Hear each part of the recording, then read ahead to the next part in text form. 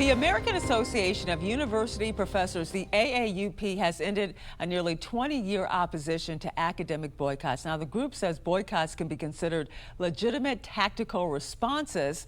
Joining us now to discuss is Ken Tashi, higher education fellow at Campus Reform, attorney and former adjunct instructor at Suffolk University. Thank you so much for joining us.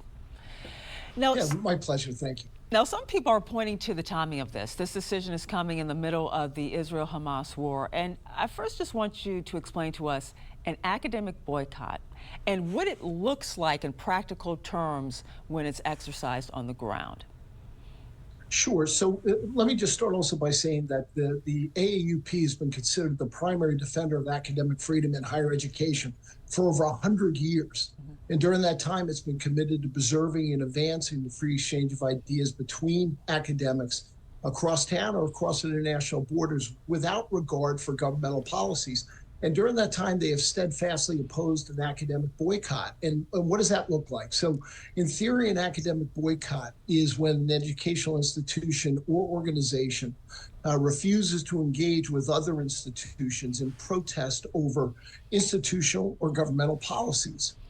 In practice, that could look something like where colleges and universities around the United States or elsewhere would choose to protest policies by China by refusing to engage with their institutions of higher education, particularly over the treatment of China's residents with regard to the treatment of Uyghurs and Tibetans. Now, but it's important to note that the AUP has never endorsed an academic boycott against China or any other country. Absolutely. And in fact, back in 2005 and 2013, it opposed calls for academic boycotts against the state of Israel, indicating they were repugnant to their very principles and their core mission. Now, at this point, once again, the AAUP, they haven't mentioned Israel-Hamas war or anything dealing with Israel specifically. They only are saying this in part.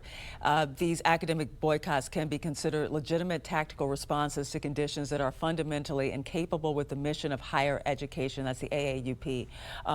When you hear this, and then you put it in context of everything that's going on right now, why do you think this is happening now?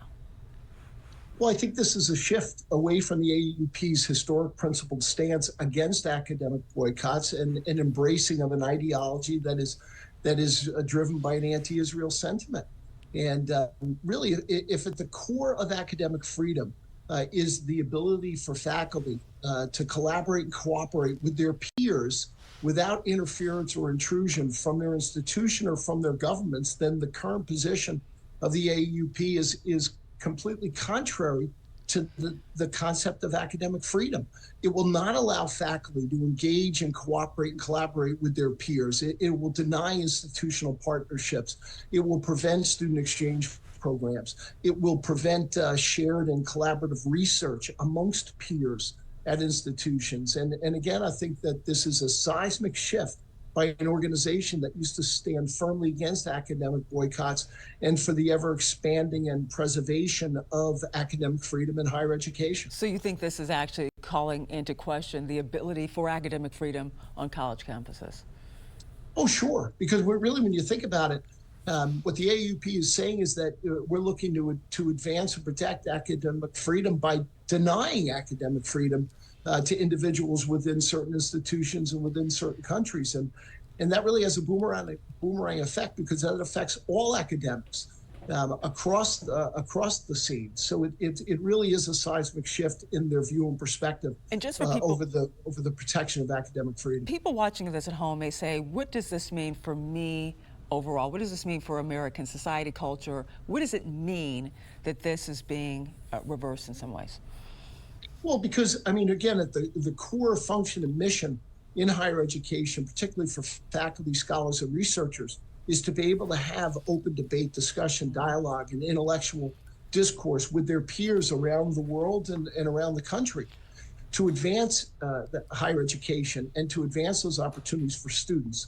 And when you now are denying those opportunities to particular scholars and researchers and faculty and students, you really are undermining the teaching and learning process that is the basis for higher education. All right, Ken Tashi, thank you so much for joining us, Campus Reform. Thanks for joining us. Thank you very much.